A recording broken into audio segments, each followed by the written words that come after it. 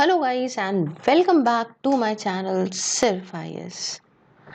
तो दोस्तों, यहाँ पे मैं विजन आईएएस की पीटी 365 2022 की जो है उसकी इकोनॉमी मैगजीन का पार्ट 3 आपके सामने प्रेजेंट करने जा रही हूँ। आइए शुरू करने से पहले चैनल को सब्सक्राइब कर लीजिए, बेल आइकन को प्रेस करिए ताकि आपको रेगुलर अपडेट्स मिलती रहें। आइए शुरुआत करते हैं सबसे पहले हेड टॉपिक से, जो कि है इंक्लूसिव ग्रोथ का।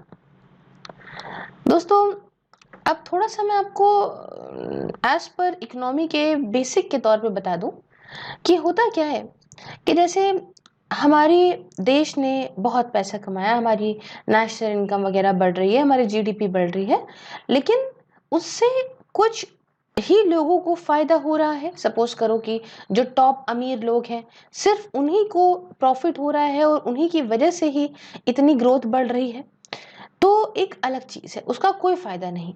लेकिन अगर उसका उसी जो पैसा बढ़ा है, जो जीडीपी हमारी बढ़ी है, जो इनकम हमारी हुई है, मतलब किसी भी तरह से इसको ले लीजिए, है ना, जो भी देश अगर बढ़ रहा है तो उसका अगर गरीब तबके को, हर एक आम आदमी को फायदा है, तभी कुछ फायदा है, तभी देश ऊपर उठेगा गरीबी से। तो इसी को बोलते हैं मोटे मोटे तौर पे इंक्लूसिव ग्रोथ, जिसमें ग्रोथ को सिर्फ एक सर्टेन सेक्शन तक ही नहीं लिमिट होती, बल्कि उस ग्रोथ का फायदा हर एक व्यक्ति को, हर एक नागरिक को ग्रास रूट लेवल पे भी मिलता है। अब इसका एक अलग कॉन्सेप्ट है, मैंने Indian economy bye Sanjeev Verma cover करी है, आप चाहें तो इसका पूरा चैप्टर देख सकते हैं। बहरहाल, इसके अंदर आते हैं पहले टॉपिक पे, जो कहता है national multi dimensional poverty index. क्या है और क्यों रहा न्यूज में, पहले तो इस बारे में जानकारी ले ली जाती है। देखिए, 2021 की बात है जब नीति आयोग ने रिलीज करी इंडिया की पहली national multi dimensional poverty index baseline report and dashboard, और इसमें कोलैबोरेशन था UNEP, united nation development programme, और ऑक्सफोर्ड पॉवर्टी एंड साथ में ओपीएचआई का। तो थोड़ा सा जानते हैं पहले हम यूनाइटेड नेशंस डेवलपमेंट प्रोग्राम के बारे में। देखिए, leading to United Nations organisation, जिसका हेडक्वार्टर न्यूयॉर्क के अंदर है, यूएनडीपी जो है वो काम करती है इनजस्टिस, जो पॉवर्टी की है, गरीबी की है, उसे खत्म करने को लेके, इनइक्वालिटी ना हो, साथ में क्लाइमेट चेंज को लेके ये काम करती है।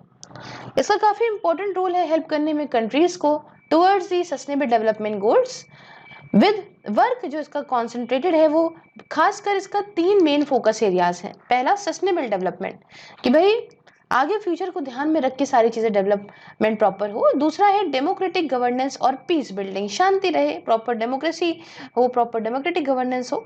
साथ में क्लाइमेट और डिजास्टर रेजिलियंस, तो बहुत इंपॉर्टेंट फील्ड में काम करती है। उसके साथ जो एक और नाम था ओपीएचआई का, that is Oxford poverty and human development initiative. ये दोस्तों एक इकोनॉमिक रिसर्च सेंटर है जो कि ऑक्सफोर्ड डिपार्टमेंट के अंदर आता है, international development of university of Oxford के तहत। उसके साथ इसका एम है बिल्ड करना, एडवांस करना एक अच्छा सिस्टमैटिक मेथड और इकोनॉमिक फ्रेमवर्क, ताकि जो अलग अलग तरह की पॉवर्टी है ना, ये कम हो सके और लोगों का एक्सपीरियंस, वैल्यूज जो है भाई, जो झेलते हैं गरीबी को, वो खत्म हो चुके हैं। इसका जो काम है वो मेन है ग्राउंडेड है in Amartya Sen's capability approach, and ये काम करती है इम्प्लीमेंट करने के लिए, इसे क्रिएट करके रियल टूल्स को, जिनकी वजह से पॉलिसीज वगैरह ऐसी आए जिससे गरीबी यहाँ पे खत्म हो सके, कम हो सके। यहाँ थोड़ा सा विजन वालों ने बहुत अच्छी चीजें शुरू करी हैं। पॉवर्टी डिकोडेड, देखिए, caused by can lead to, बहुत अच्छा इन्होंने बताया है।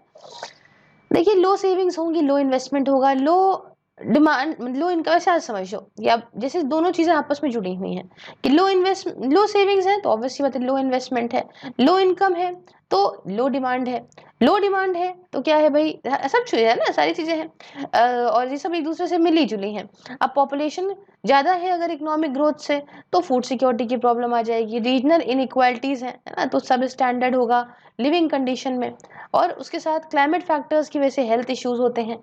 हाई लिटरेसी, हाई इलिटरेसी मतलब अनपढ़ता ज्यादा है, कास्टिज्म है, वल्नरेबल ग्रुप्स हैं ना, प्रॉब्लम्स है, तो एकेडमिक अचीवमेंट्स बहुत ही जो है कम है अगर, तो इसकी वजह से ये सब होता है ना। उसके साथ एग्रीकल्चर पे बहुत ज़्यादा डिपेंडेंस, और आपके साथ अगर और चीज़ें देखें तो high out of pocket expenditure. तो ये सारी चीज़ें बहुत अच्छी इन्होंने बनाई हैं, जो आजकल इन्होंने हर आदमी अपडेट करता रहता है, तो ये जो कोचिंग ने अपडेट किया है वो काफ़ी अच्छा किया। बहरहाल नेक्स्ट आता है मल्टी डायमेंशनल पॉवर्टी इंडेक्स के बारे में। दोस्तों एमपीआई को डेवलप किया गया था 2010 में यूएनडीपी और ओपीएचआई के द्वारा। एक पॉवर्टी एस्टिमेशन मेजर था ये, to be used in UNDP's flagship human development report के अंदर इसे यूज किया जाने के लिए बनाया गया था। अब यहाँ पे देखिए हेड काउंट या इंसिडेंस जो एमपीआई के हैं, ये 3 मैक्रो डायमेंशन ऑफ पॉवर्टी पे बेस्ड हैं। पहला हेल्थ, दूसरा एजुकेशन, तीसरा लिविंग स्टैंडर्ड। इसके अंदर 10 इंडिकेटर को कवर किया जाता है, जिसमें जो लोग हैं फेस करते हैं ऐसे डिप्रीविएशंस को, ऐसी प्रॉब्लम्स को, ऐसे तनाव को। यहाँ पे देखते हैं एमपीआई की वैल्यू जो है वो 0 से 1 के बीच में होती है। एंड अगर मान लीजिए एक पर्सन डिप्राइव्ड है इन अ थर्ड या फिर ज़्यादा, मतलब अगर मान के चलिए कि 3 या 3 से ज़्यादा, 10 में से 10 इंडिकेटर्स को ले रहे हैं, अब 3 या 3 से ज़्यादा में अगर ये डिप्राइव है तो ग्लोबल एमपीआई आइडेंटिफाई करता है, एमपीआई उनको एमपीआई पुअर मानता है। ठीक है, तो इस तरीके से इसको यहाँ पे निकाला जाता है। बहरहाल हम थोड़ा सा और समझ लेते हैं। इसको कैलकुलेट करते हैं मल्टीप्लाई करके पॉवर्टी हेड काउंट को बाय इंटेंसिटी ऑफ पॉवर्टी, कितनी पॉवर्टी है और कितने पॉवर्टी हेड काउंट, जो मैंने ऊपर आपको बताया। ग्लोबल एमपीआई 2021 में unmasking disparities by ethnicity, caste, gender, India की रैंक 62 रही है 109 नेशंस में, जिसमें एमपीआई वैल्यू है 0.123 की, मतलब 27.9% पॉपुलेशन जो है वो मल्टी डायमेंशनली पुअर है। तो पहली बार ग्लोबल एमपीआई को डिसएग्रीगेट करा गया एथनिसिटी और रेस के बेसिस पे। 40 मतलब 40 कंट्रीज के लिए जो अवेलेबल इंफॉर्मेशन है उस बेसिस पे, कास्ट के लिए या इंडिया के लिए लिया गया, और gender for the house hold head for 108 countries के लिए। टॉप 5 जो कंट्रीज रही एमपीआई में, इंडिया जिसमें आप देखिए 15-16 एट 381 मिलियन, उसके बाद नाइजीरिया आता है 93 मिलियन, फिर पाकिस्तान है, इथियोपिया है, डेमोक्रेटिक रिपब्लिक ऑफ कॉन्गो है। तो अच्छा खासा यहाँ पे अपना नाम आ गया है भाई, चीजें अच्छी अच्छी करनी है, ये सब सही नहीं है।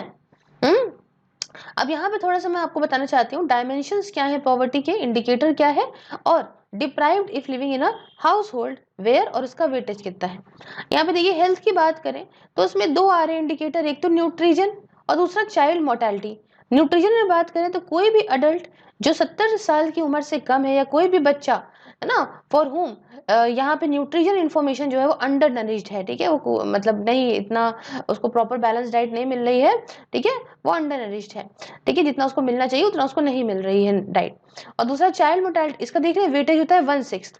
चाइल्ड मोर्टेलिटी की बात करें तो कोई भी बच्चा या अडल्ट जिसकी उम्र जो है वो 18 साल है, उसकी मतलब 18 साल से समझ लीजिए 18 साल से कम, 18 साल नहीं है, 18 साल से कम उम्र का कोई भी अडल्ट जो है उसकी डेथ हो गई हो फैमिली के अंदर इन अ 5 year period presiding the survey, तो ये यहाँ पे इसका भी 1/6 जो है वो वेटेज होता है।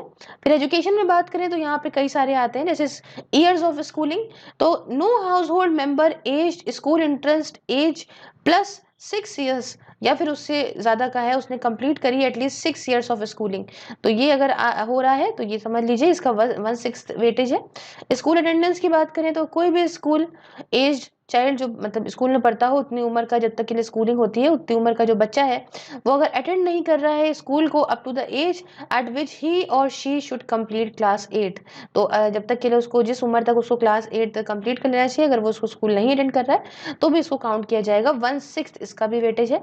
कुकिंग फ्यूल की बात करें, अब देखो ये दो हो गया एजुकेशन के लिए। ठीक है, अब उसके बाद स्टैंडर्ड ऑफ लिविंग आ जाएंगे, कई सारे इंडिकेटर्स के अंदर है। जैसे पहला कुकिंग फ्यूल है, तो हाउस होल्ड कुक्स विद डंक, है ना, ये जो होता नहीं है जो गोबर से बना के बनाते हैं, उसके बाद चूल्हे में डाल देते हैं, गांव वगैरह में देखा होगा। तो कंडे वगैरह जिसको बोलते हैं हिंदी में, तो कोई भी अगर घर में कंडे का यूज, लकड़ी का यूज, चारकोल या कोयले का यूज हो रहा है, इसका 1/18 वेटेज है। सैनिटेशन की बात करें तो हाउस होल्ड सैनिटेशन फैसिलिटी अगर इंप्रूव नहीं हुई है एसडीजी गाइडलाइन के हिसाब से, और अगर ये इम्प्रूव है बट ये शेयर्ड है with the other house holds, है ना, मतलब मान लीजिए एक घर में है और दूसरे वाले वहीं आ रहे हैं तो अपनी अपनी तो है नहीं, तो ये भी काउंट करी जाएगा। 1/18 वेटेज है इसका।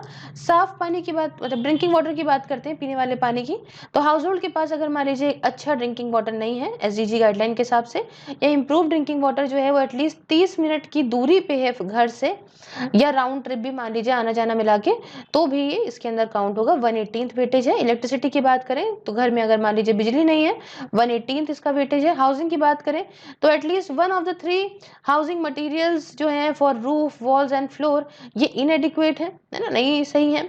और जो फ्लोर है ये नेचुरल मटेरियल का बना है, या रूफ है, वॉल है, ये नेचुरल या ऐसा कुछ मटेरियल की बनी है मिट्टी वगैरह से ना, तो इसका 1/18 वेटेज है। असेट की बात करें तो हाउस होल्ड के पास खुद का मतलब household does not have one और more than one of these assets, जैसे कि मान लीजिए radio, television, telephone, computer, animal cart, bicycle, motorbike या रेफ्रिजरेटर, या खुद की कार या ट्रक नहीं है, ठीक है, तो ये 1/18 इसका भी वेटेज है ना। हर चीज को ध्यान में रख के निकाला गया है। गरीबी इससे निकाल सकते हैं, क्योंकि अमीर जैसे ही होता है इंसान ना, तुरंत ये सब सामान तो खरीद ही लेता है थोड़ा बहुत पैसा आने पे, ठीक है। तो हमने यहाँ पे बात करी। अब यहाँ पे इसी के आगे हम बात करते हैं कि national multi dimensional poverty index जो बाय नीति आयोग है, ये क्या है। देखिए, पार्ट है global indices for reforms and growth initiative का, जो लेटेस्ट इंडेक्स है, बेस्ड है MPI from UNDP and OPHI से। मेजर डिफरेंस जो ग्लोबल MPI का है नेशनल MPI में, इसमें इंक्लूजन है 2 एडिशनल इंडिकेटर्स का। पहला है एंटी नेटल केयर और दूसरा है anti natal care and bank account under the dimension of health and standard of living, ठीक है। एंटी नेटल केयर हो गया यहाँ पे हेल्थ के अंदर, और बैंक अकाउंट हो गया स्टैंडर्ड ऑफ लिविंग के अंदर। तो जो बेसलाइन रिपोर्ट है इंडिया की पहली नेशनल MPI मेजर की, ये बेस्ड है रेफरेंस पीरियड 2015-16 से, और जो 2016 की जो नेशनल फैमिली हेल्थ सर्वे है उससे यहाँ पे रेफरेंस पीरियड बेस्ड है। और MPI के अंदर कुछ सेट ऑफ पॉवर्टी मेजर्स आते हैं, और ये मेजर्स मैं आपको बताती हूँ कौन कौन से हैं। देखिए, ऊपर भी हमने इस बारे में बात करी है, लेकिन हम थोड़ा और अच्छे से और क्लियर करके बात करते हैं। थोड़ा बहुत तो पॉइंट मैच होंगे, लेकिन अच्छा है आपके लिए।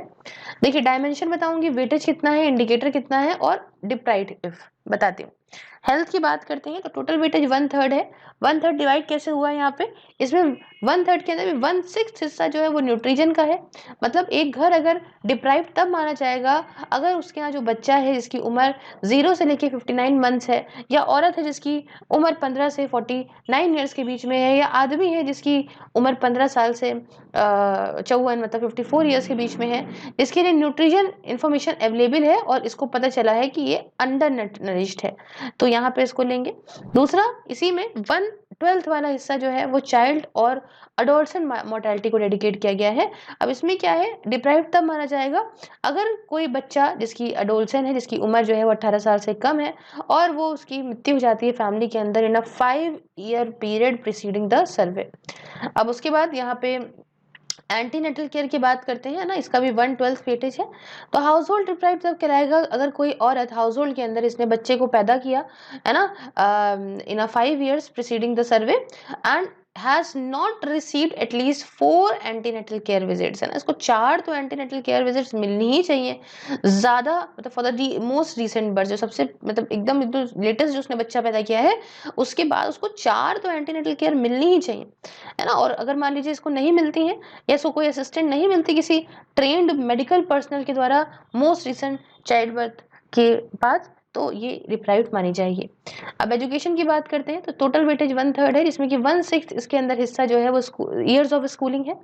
अगर मान लीजिए घर का कोई भी मेंबर जिसकी उम्र 10 साल या उससे ज्यादा है, उसने 6 साल तक की स्कूलिंग नहीं करी, तो ये डिप्राइव माना जाएगा। दूसरी बात, स्कूल की अटेंडेंस की बात करें तो कोई भी स्कूल जाने वाला बच्चा स्कूल को मान लीजिए अगर नहीं अटेंड कर रहा है अप टू द एज जिसमें उसे क्लास 8 कंप्लीट कर लेना चाहिए, तो ये इसके अंदर आ जाएगा। फिर स्टैंडर्ड ऑफ लिविंग 1/3 इसका हिस्सा है, इसमें यहाँ पे बहुत सारा और सेगमेंट में डिवाइडेड, जैसे कि इसी के अंदर 121 हिस्सा जो है वो कुकिंग फ्यूल का है। ये हाउस होल्ड अगर मान लीजिए मैंने बताया डंक से, कंडों से ना, गाय के गोबर से अगर घर में खाना पक रहा है एग्रीकल्चर क्रॉप से, श्रब से, वुड से, चारकोल या कोल से, तो डिप्राइव माना जाएगा। सैनिटेशन का भी सेम हिस्सा है। देखिए यहाँ पे इंडिकेटर जो है वो सारे के सारे 1/21 ही है ना, तो काफ़ी ज़्यादा कम कम दिया है। लेकिन देख लीजिए, सेकंड सैनिटेशन की बात करें तो अगर मान लीजिए कि घर के अंदर कोई साफ सुथरा कोई सैनिटेशन फैसिलिटी नहीं है, सफाई नहीं है ना, और यह इम्प्रूव्ड है बट दूसरे हाउस होल्ड के साथ शेयर किया जा रहा है, तो डिप्राइव माना जाएगा। ड्रिंकिंग वाटर की बात करें तो एक घर जिसके घर में कोई मतलब घर के अंदर कोई इम्प्रूव ड्रिंकिंग वाटर की फैसिलिटी या सेफ ड्रिंकिंग वाटर नहीं है, या एटलीस्ट 30 मिनट चल के जाना पड़ता है या आना जाना दोनों मिला के 30 मिनट है, तो डिप्राइव माना जाएगा। इलेक्ट्रिसिटी की बात करें तो घर में बिजली ना होना। हाउसिंग की बात करें तो हाउस होल्ड जो है उसके पास इनएडिक्वेट हाउसिंग है, मतलब जो ज़मीन बनी है या छत बनी है ना, मतलब रूफ मान लीजिए कि नेचुरल मटेरियल से बनी है, या जो दीवारें हैं ये ऐसा कुछ रूडिमेंटरी मटेरियल से बनी है, मतलब ऐसे उसमें बहुत सारी चीज़ें आती हैं। सपोज करिए कि कोई पन्नी वन्नी लगा के रह रहा है, देखा होगा आपने जैसे काले रंग की नहीं आती बरसाती टाइप की, तो वो सब लगा के रह रहा है, तो मतलब मेनली ये सारी चीज़ें जो है वो इसके अंदर आती हैं, तो ये सारा जो है वो डिप्राइव्ड माना जाएगा। हाँ, ओके। अगर देखें तो असेट आता है, सेम इसका भी जो है वेटेज है। तो हाउस होल्ड अगर मान लीजिए ऐसा है कि does not own more than one of these asset, है ना, मतलब इसमें से एक से ज़्यादा चीज़ अगर नहीं है किसी घर में, जैसे radio, TV, telephone, computer, animal cart, bicycle, motorbike या रेफ्रिजरेटर, है ना, और या अपनी खुद की कार या ट्रक नहीं है, जैसे मैंने अभी ऊपर ही डिस्कस किया था, तो भी वो आएगा डिप्राइव्ड के अंदर। उसके साथ बैंक अकाउंट की बात करें तो मान लीजिए कि किसी भी घर के किसी भी सदस्य के पास बैंक अकाउंट या पोस्ट ऑफिस में अकाउंट नहीं है, तो भी वो डिप्राइव होंगे। तो ये पिछड़े हैं सारा, ये सारा कुछ इसके अंदर आता है। तो अभी फिलहाल मुद्दे की बात करेंगे तो पूछेंगे कि भाई आखिरकार ये जो एमपीआई, नेशनल एमपीआई हुआ है, इसकी क्या फाइंडिंग्स निकली है ना, क्या की फाइंडिंग्स रही इस नेशनल एमपीआई की। देखिए, national MPI head count ratio पे बेस करके और intensity of India, states, UTs and सारी डिस्ट्रिक्ट पे यहाँ प्रॉपर बेस करके जो मेजर पता लगाया गया, मेजर फाइंडिंग्स रही, वो ये रही कि नेशनल एमपीआई एट 0.118 है और रूरल एमपीआई ये 0.155 है। अर्बन एमपीआई की बात करें तो वो 0.04 है। अब मैंने ऐसे आपको पहले बताया था कि एमपीआई की रेंज 0 से 1 के बीच में है ना, एंड हायर है, तो इसका मतलब होता है कि ये हायर पॉवर्टी होती है ना, higher values imply higher poverty. Highest poverty states या यूटीज की बात करें तो बिहार, इसमें 51.91 पॉपुलेशन गरीब है, उसके बाद झारखंड और उत्तर प्रदेश आते हैं। वही जगह लोएस्ट पॉवर्टी स्टेट्स की बात करूं तो इसमें केरला है, जिसमें 0.71% पॉपुलेशन गरीब है, उसके बाद पुडुचेरी और लक्षद्वीप आते हैं। अब आप कहेंगे क्या मैम पहले भी कोई कदम उठाए गए थे, कोई अटेम्प्ट लिए गए थे पॉवर्टी को डिफाइन करने के लिए इंडिया के अंदर? जी हाँ, इंडिया के अंदर दादा भाई नेहरू जी ने 1901 में अपनी किताब poverty and the un British rule in India के अंदर पहला अटेम्प्ट किया था डिफाइन करने का पॉवर्टी को प्री इंडिपेंडेंस इंडिया में, आज़ादी से पहले के भारत में। इसके बाद नेशनल प्लानिंग कमेटी ने 1938 में और बॉम्बे प्लान ने 1944 में डिफाइन करा पॉवर्टी लाइंस को। Post independence planning commission working group ने 1962 में, दंडेकर एंड रथ ने 1971 में, वही जगह अला कमेटी ने 1979 में और लख दावाला कमेटी ने 1993, वही जगह तेंदुलकर कमेटी ने 2009 में और रंगराजन कमेटी ने 2014 में ये अटेम्प्ट्स लिए। तो हमने काफी डिटेल से इसको समझा है। बढ़ते हैं नेक्स्ट टॉपिक की तरफ, जो टॉपिक है फाइनेंशियल इंक्लूजन का। दोस्तों, क्यों रहा है न्यूज में, पहले आपको समझाती हूँ। तो recently reserve bank of India ने रिलीज करी इंडिया की पहली कॉम्पोजिट फाइनेंशियल इंक्लूजन इंडेक्स को, दैट इज FI इंडेक्स नाम दिया है शॉर्ट फॉर्म में। तो आइए कुछ बातें जानते हैं इस फाइनेंशियल इंक्लूजन इंडेक्स के बारे में। दोस्तों, ये एक कॉम्प्रिहेंसिव इंडेक्स है, पूरा पता लगाएगा कि किस हद तक फाइनेंशियल इंक्लूजन है देश के अंदर, as recommended by RBI under its national strategy for financial inclusion 2019 से 2024 के बीच में। इसके अंदर प्रॉपर डिटेल है बैंकिंग की, इन्वेस्टमेंट की, इंश्योरेंस, पोस्टल और पेंशन सेक्टर की, और साथ में कंसल्टेशन किया गया है सरकारों के साथ में, रेगुलेटर्स के साथ में। ये कैप्चर करता है इंफॉर्मेशन अलग अलग एस्पेक्ट्स की फाइनेंशियल इंक्लूजन की, 0 से 100 की स्केल पे, जहां पे 0 दिखाता है कंप्लीट फाइनेंशियल इंक्लूजन को और 100 इंडिकेट करता है फुल फाइनेंशियल इंक्लूजन को। दोस्तों 3 तरह के पैरामीटर्स को यहाँ पे ध्यान में रखा गया है। इसमें कुछ वेटेज दिया गया है, जिसमें एक्सेस की बात करें तो 35% वेटेज है, यूसेज को दिया है 45% वेटेज और क्वालिटी को दिया है 20% weightage with 97 indicators. FI index के पास कोई भी बेस ईयर नहीं होता जो रिफ्लेक्ट करे क्यूमुलेटिव एफर्ट्स को सारे ही स्टेक होल्डर्स के over the years towards financial inclusion. अब थोड़ा सा जो ऊपर 2-4 चार्ट दिए हुए हैं उनको भी समझ लेते हैं, बॉक्सेस को भी समझ लेते हैं। दोस्तों यहाँ पे मैंने बताया ना 3 वेटेज, एक्सेस, यूसेज और क्वालिटी। तो देखिए फाइनेंशियल इंक्लूजन के अंदर ये 3 क्राइटेरिया, तीनों के वेटेज मैंने बताए। अब थोड़ा सा समझिए एक्सेस के अंदर आता है जैसे बैंक की ब्रांचेस कितनी हैं, एटीएम्स कितने हैं, बैंकिंग करस्पॉन्डेंस कितने हैं, पॉइंट ऑफ सेल टर्मिनल्स वगैरह कितने हैं। यूसेज की बात करें तो किस फ्रीक्वेंसी से अकाउंट का यूज किया जाता है, क्रेडिट क्या है, इंश्योरेंस क्या है, कैशलेस और मोबाइल बेस्ड ट्रांजैक्शन क्या होते हैं, रेमिटेंसेस वगैरह क्या है, मतलब बाहर से पैसा वगैरह किस तरह से आता है। क्वालिटी की बात करें तो फाइनेंशियल लिटरेसी, कितना लोगों को पता है फाइनेंशियली चीजों के बारे में, कंज्यूमर प्रोटेक्शन कितना है ना, अकाउंट से पैसे तो नहीं धड़ाधड़ गायब हो रहे हैं, इनइक्वालिटीज और डेफिशिएंसीज कितनी है सर्विसेज के अंदर, और ग्रीवियंस एड्रेसल वगैरह कि मुझे दुख दर्द है तो किससे कहा जाएगा। ठीक है, तो ये मैकेनिज्म कौन से हैं। अच्छा, ये जो विजन का बहुत अच्छा निकला है, फाइनेंशियल इंक्लूजन डिकोडेड। अब देखिए यहाँ पे है can lead to can be enabled by, थोड़ा समझते हैं। देखिए अब एक्सेस अगर होगा फाइनेंशियल इंस्टीट्यूशन का तो हो सकता है एक्सट्रीम पॉवर्टी में, गरीबी में कमी आए। लो कॉस्ट फाइनेंशियल प्रोडक्ट्स अच्छा होगा टारगेटिंग करना बेनिफिशियरीज को। एजेंट बेस्ड अगर बैंकिंग होगी तो इससे हैबिट होगी लोगों की सेव करने की। डॉक्यूमेंट सिंप्लीफिकेशन होगा तो कैपिटल फॉर्मेशन ज्यादा होगा। अगर टेक्नोलॉजी का पेनिट्रेशन अच्छे से होगा, हर जगह पे पहुंचेगी टेक्नोलॉजी, तो इससे कैश इकोनॉमी में कमी होगी और फॉर्मल क्रेडिट लेने में प्रॉपर आसानी होगी। तो ये कुछ अच्छी अच्छी बातें इसके अंदर हमने करी। अब कुछ दूसरे जो कदम उठाए गए हैं फाइनेंशियल इंक्लूजन को लेके उसे भी समझते हैं। तो देखिए रिजर्व बैंक ऑफ इंडिया ने क्या किया, हम पहले वो जानेंगे। दोस्तों national strategy for financial inclusion 2019 to 24 आई ताकि एक्सपैंड करें, बढ़ाएं, सस्टेन करें इस फाइनेंशियल इंक्लूजन प्रोसेस को नेशनल लेवल पे एक ब्रॉड कन्वर्जेंस ऑफ एक्शन के माध्यम से, जिसमें सारे स्टेक होल्डर्स को इन्वॉल्व किया जाएगा फाइनेंशियल सेक्टर के अंदर। National strategy for financial inclusion 2020 से लेके 2025 तक के लिए है, ताकि अलग अलग सेक्शंस पॉपुलेशंस के यहाँ पे इनेबल करे जाएं, वो डेवलप करें नॉलेज, स्किल्स, एटीट्यूड, बिहेवियर को जिनकी जरूरत होती है मैनेज करने में, पैसे को, मनी को बढ़िया तरीके से और अपने फ्यूचर को प्लान करने में। बात यह है सरकार ने क्या किया, तो प्रधानमंत्री जीवन ज्योति बीमा योजना लोगों के लिए है जिनकी उम्र 18 साल से 50 साल के बीच की है, जिनका बैंक अकाउंट भी है। वही जगह प्रधानमंत्री सुरक्षा बीमा योजना उन लोगों के लिए है जिनकी उम्र 18 साल से 70 साल के बीच की है और उनका बैंक अकाउंट भी है। उसके साथ अटल पेंशन योजना भी है उन सारे ही सेविंग बैंक या post office saving bank account holders के लिए जिनकी एज 18 से 40 ईयर्स के बीच की है। वही जगह प्रधानमंत्री जन धन योजना एक national mission for financial inclusion है, इंश्योर कराने के लिए एक्सेस फाइनेंशियल सर्विसेज का एक अफोर्डेबल मैनर में। ऑब्जेक्टिव्स क्या है स्कीम के, ये समझिएगा।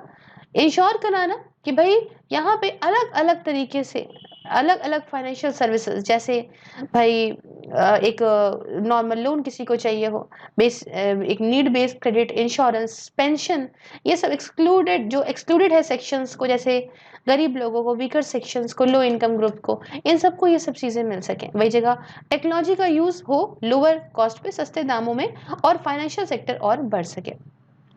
दोस्तों प्रधानमंत्री जनधन योजना की परफॉर्मेंस क्या रही है पिछले 7 सालों में, जानते हैं। 43.04 करोड़ अकाउंट्स को ओपन किया गया 2021 तक, और इसमें से आधे से ज्यादा औरतें थीं। इनमें से 86.5% अकाउंट जो है वो अभी भी काम कर रहे हैं। 2/3 दैट इज 2/3 अकाउंट जो है वो गांव में है और सेमी अर्बन एरियाज में है। इसमें नियरली 5 करोड़ जो है ये जो प्रधानमंत्री जन धन योजना के अकाउंट होल्डर्स हैं, इनको डायरेक्ट बेनिफिट ट्रांसफर मतलब सीधा सरकार के द्वारा पैसा इनके अकाउंट में आता है अलग अलग स्कीम्स के तहत। डिपॉजिट जो अकाउंट के अंदर आया है वो बढ़ा भी है, 6.38 गुना ज्यादा बढ़ा है, टाइम ज्यादा बढ़ा है 2015 से 21 के बीच में। वही जगह जन धन दर्शक ऐप की बात करें अगर, तो ये प्रोवाइड करता है citizen centric platform banking touch points को लोकेट करने की, जैसे कि बैंक की ब्रांच कहाँ है, एटीएम कहाँ है, बैंक मित्र, पोस्ट ऑफिस वगैरह। करीब 8 लाख बैंकिंग टच पॉइंट के इन GIS ऐप में मैपिंग इनकी करी गई है। साथ में इसको यूज करा जाता है ये भी पता लगाने में कि भाई कौन से गांव हैं जहां पे बैंकिंग टच पॉइंट अभी नहीं है विद इन 5 किलोमीटर्स। अब यहाँ पे एक छोटा सा बॉक्स भी देख लेते हैं, प्रधानमंत्री जन धन योजना। इसके 6 पिलर्स हैं। पहला, सबको बैंकिंग सर्विसेज मिले, पेंशन स्कीम हो अनऑर्गेनाइज सेक्टर के लिए, बेसिक सेविंग्स बैंक अकाउंट हो जिसकी ओवरड्राफ्ट फैसिलिटी 10,000 रुपए की हो, हर एक हाउस होल्ड के लिए ये हो, माइक्रो इंश्योरेंस हो, उसके साथ फाइनेंशियल लिटरेसी प्रोग्राम और creation of credit guarantee fund. दोस्तों, बहुत सारे लोग ये ना सोचें कि भाई मैडम आप तो जो है बस इंग्लिश का हिंदी में कर रही हैं। आई रिपीट, मैं हर लेक्चर में इसलिए बोल देती हूँ बिकॉज ये ऑलरेडी सब कुछ बहुत क्लियर है। इसके अंदर कुछ ऐसी बात नहीं है कि अगर लिखा है कि डायरेक्ट बेनिफिट ट्रांसफर हो रहा है तो इसको मतलब यही है कि सरकार ने सीधा अकाउंट में पैसा डाल दिया, तो वो ऐसे ही होगा। अगर हम एक एक इसको बहुत लंबा चौड़ा खींचेंगे तो ये 3-4 जन्म ले लेगा, आपके प्रीलिम्स तो नहीं लेगा। चलिए नेक्स्ट टॉपिक की तरफ बढ़ते हैं। कुछ इंपॉर्टेंट कॉन्सेप्ट और इंफॉर्मेशन फिस्कल पॉलिसी को लेके समझते हैं। दोस्तों, डेप्थ टू GDP रेशियो की बात करते हैं। देखिए क्या रेशियो होता है, ये ऐसा रेशियो है, ये कंट्री की public depth to gross domestic product मतलब GDP का रेशियो है। डेप्थ टू GDP ये इंडिकेट करता है कि किसी भी देश मतलब देश की कितनी जो है यहाँ पे एबिलिटी है कि वो अपने कर्जों को, अपने डेप्थ को वापस कर सकता है। ठीक है, कि मतलब भाई हम क्या इतना हमारा पास पैसा है कि हम अपने डेप्थ को चुका दें। फिस्कल रिस्पॉन्सिबिलिटी और बजट मैनेजमेंट एक्ट ने ये इंपॉर्टेंट बना दिया है, मैंडेट कर दिया है ये कि भाई डेप्थ टू GDP रेशियो जो सेंटर का है इसे ये 40% तक लाया जाए एंड दैट ऑफ स्टेट्स का ये 20% तक लाया जाए बाय 2024-25। दूसरा आती है बात फिस्कल डेफिसिट की। फिस्कल डेफिसिट क्या है, ये डिफरेंस है टोटल इनकम जो सरकार की है उसमें, मतलब टोटल इनकम और एक्सपेंडिचर के बीच का, मतलब आमदनी कितनी है और खर्चा कितना है सरकार का, उसके बीच का जो यहाँ गैप है इसे बोलते हैं फिस्कल डेफिसिट। अब डेफिसिट ही क्यों बोलते हैं, क्योंकि यहाँ पे क्या होता है, हमारे पास हमेशा इंडिया के अंदर आमदनी अठन्नी और खर्चा रुपया वाला हिसाब किताब होता है। कि आप पहले समझिए कि सरकार ये इनकम कहाँ कहाँ से होती है, मतलब टोटल टैक्सेस इसमें आते हैं, नॉन डेप्थ कैपिटल रिसीट्स आती है जिसमें आप सरकार ने कर्जा ना लिया हो, ठीक है, कर्ज ना हो उसके ऊपर, ये अलग तरीके से और पैसा कमाया हो, और बाकी जो एक्सपेंडिचर सरकार ने किया है। तो फिस्कल डेफिसिट देखिए, total expenditure of the government मतलब कैपिटल या revenue expenditure minus total income of the government, जैसे रेवेन्यू रिसीट प्लस रिकवरी हो गई किसी लोन की या दूसरी कोई रिसीट, तो निकल के आता है फिस्कल डेफिसिट। अब यहाँ पे थोड़ा सा ये इंटरेस्टिंग लगने लगा है मुझको। देखिए, हाई कैपिटल एक्सपेंडिचर होगा तो इकोनॉमिक ग्रोथ होगी by demand creation, low revenue realisation crowds in investment, low revenue expenditure like subsidies तो डेप्थ एक्यूमुलेशन, और यहाँ पे अनप्रेसिडेंटेड इवेंट्स लाइक कोविड-19 की वजह से हायर इन्फ्लेशन। तो ये तो कुछ ना कुछ लॉन्ग टर्म और शॉर्ट टर्म तरीके से बता रहे हैं, एक अलग की चीज़ है, हर चीज़ को एक दूसरे के सामने से मत रिलेट करिएगा। कुछ चीज़ें हैं कि मतलब इकोनॉमिक ग्रोथ हुई बाय डिमांड क्रिएशन, है ना, तो इन्वेस्टमेंट वगैरह यहाँ पे बढ़ा, इन्वेस्टमेंट बढ़ा तो ये क्या हुआ कि इकोनॉमिक ग्रोथ हुई बाय डिमांड क्रिएशन। तो यहाँ पे देखिए हाई कैपिटल एक्सपेंडिचर लो, तो ये सब आपस में यहाँ पे कैन बी कॉज्ड बाय और कैन लीड टू, ठीक है, ये यहाँ पे ये और ये यहाँ पे ये, तो हर चीज सामने सामने के पॉइंट मत लीजिएगा, एक तरीके से नॉर्मल है।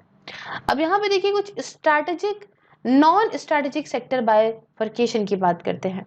हाँ, तो यहाँ देखिए जो गाइडलाइंस है central public sector enterprise disinvestment की, ये मिनिस्ट्री ऑफ फाइनेंस ने रिलीज करी, और नई गाइडलाइंस का एम है प्राइवेटाइजेशन का, मर्जर का, क्लोजर का, सब्सिडाइजेशन का, नॉन स्ट्रैटेजिक CPSEs की, ताकि ये नई PSE पॉलिसी को इम्प्लीमेंट कर सकें। मेन ऑब्जेक्टिव है कि फाइनेंशियल बर्डन को कम करना सरकार पे, इंट्रोड्यूस करना कंपटीशन और मार्केट डिसिप्लिन, इंकरेज करना वाइडर शेयर ओनरशिप वगैरह का। देखिए स्ट्रैटेजिक सेक्टर्स इस पॉलिसी के अंदर बैंकिंग, इंश्योरेंस और फाइनेंशियल सर्विसेज है। Atomic energy, space and defence है। वही जगह पावर, पेट्रोलियम, कोल और अदर मिनरल्स है। और इसके बाद यहाँ पे ट्रांसपोर्ट एंड टेलीकम्युनिकेशन भी है। उसके बाद जो नेक्स्ट है हमारा एक टॉपिक, वो है हमारा, भाई कहता है बड़ा इंटरेस्टिंग सी चीजें हैं यहाँ पे। कहते हैं भाई ये है ITAT ई द्वार के बारे में। देखिए ये एक ई फाइलिंग पोर्टल है इनकम टैक्स एपीलेट ट्रिब्यूनल का, ITAT इसे शॉर्ट फॉर्म में कह रहे हैं।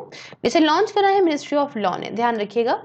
इससे क्या होगा, एक्सेसिबिलिटी, अकाउंटेबिलिटी और ट्रांसपेरेंसी, जो दिन प्रतिदिन की जो काम होते हैं, कार्य होते हैं ITAT के, उसमें मदद मिलेगी। दूसरे बेनिफिट्स भी हैं, जैसे कि इकोनोमाइजेशन ऑफ यूज ऑफ पेपर भी कम होगा, कॉस्ट बचेगी, रेशनलाइजेशन, फिक्सेशन ऑफ केसेस का प्रॉपर होगा, जिससे फटाफट से केसेस डिस्पोज हो जाएंगे। नेक्स्ट बात करते हैं हम पोएम के बारे में, that is place of effective management के बारे में। तो with increase exodus of business and families by HNI individuals, कोविड-19 के बाद जो रिस्क है इस पोएम का ये बढ़ा है। कैसे? अंडर सेक्शन 6 जो IT एक्ट का है, उसमें ये POEM, दैट इज पोएम हम शॉर्ट फॉर्म में बोल रहे हैं, इसे डिफाइन करा गया है एक ऐसी जगह जहां पे इंपॉर्टेंट या की मैनेजमेंट और कमर्शियल डिसीजंस वो जरूरी होते हैं बिजनेस को करने के लिए, किसी भी एंटिटी के as a whole are in substance made. इसको 2017-18 में इंट्रोड्यूस किया गया था, ताकि यहाँ पे कर्ब कर सके जो प्रैक्टिस है limiting the scope for the Indian tax authorities की, है ना, इसे भाई, और इसे जो है ठीक कर सके by artificially shifting insignificant or isolated events related to control and management outside India to avoid residential status and thereby tax in India। कैसे आर्टिफिशियली शिफ्ट करके जो अनइम्पॉर्टेंट चीज़ें हैं या ऐसे कोई इवेंट्स हैं जो किसी काम के नहीं है, related to control and management outside India, ताकि जो रेजिडेंशियल स्टेटस है, यहाँ का स्टेटस है, thereby tax in India है, ये प्रॉपर जो है वो मैनेज हो सके।